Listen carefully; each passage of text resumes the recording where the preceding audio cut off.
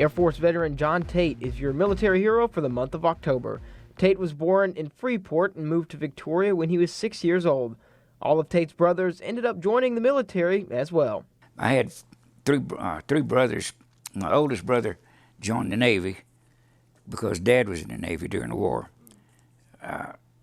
My younger brother joined the Marine Corps. He liked hitting people. And my baby brother partied until the Army drafted him and sent him to Nam. But I was smart. I joined the Air Force because I wanted an education. And I got it the first day of boot camp. It started. Tait was talented with engines and was a mechanic, so he figured that's what he would do in the service, but to his surprise, he would end up doing something a whole lot different. I thought I would get jet engine school or diesel school, but I scored too high on the entry test. So top 10%, they sent me to weather school. So he would go on to become a meteorologist for the Air Force and ended up loving it. But I loved it. I really did. When I got into it, it's very interesting. I love it. Today, I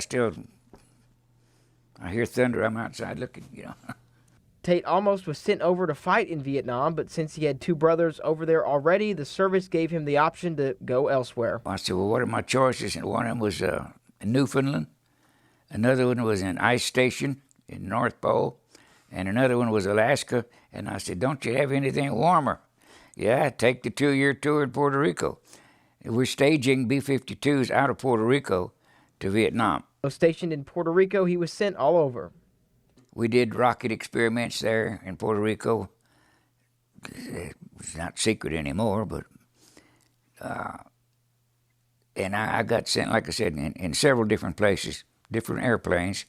It was interesting, but they were starving us to death. We didn't get paid anything back then. His official title was Weather Observer and covered a lot of territory.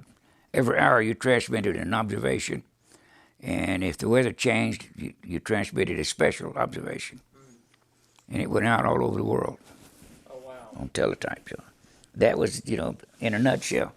Tait had to endure some tough moments. Yeah, the first time we pulled a corpse out,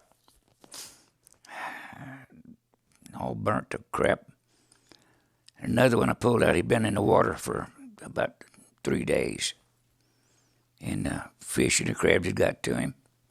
Things like that stick you. You'll never forget that. And how hot the flames are when that jet fuel starts burning. And his return home from the Vietnam War wasn't a warm welcome. Walking down the jetway, I got a duffel bag on my shoulder, a B-4 bag in my other hand, and people were cussing me and spitting on my uniform.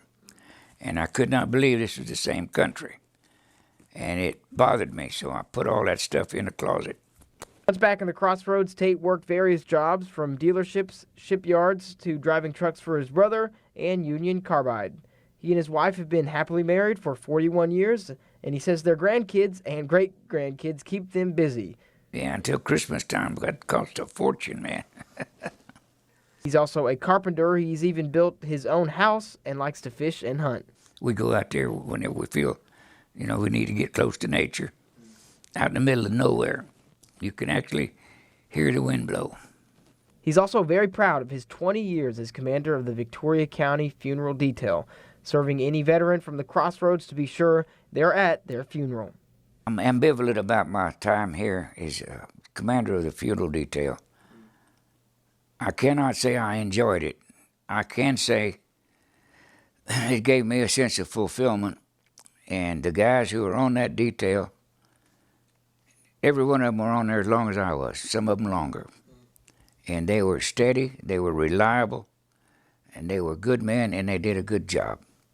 I can never say enough about the Victoria County Funeral Detail. So thank you, John Tait, for your dedication to your country and all of the time served. Adam Seibel, KAVU TV 25 News Now.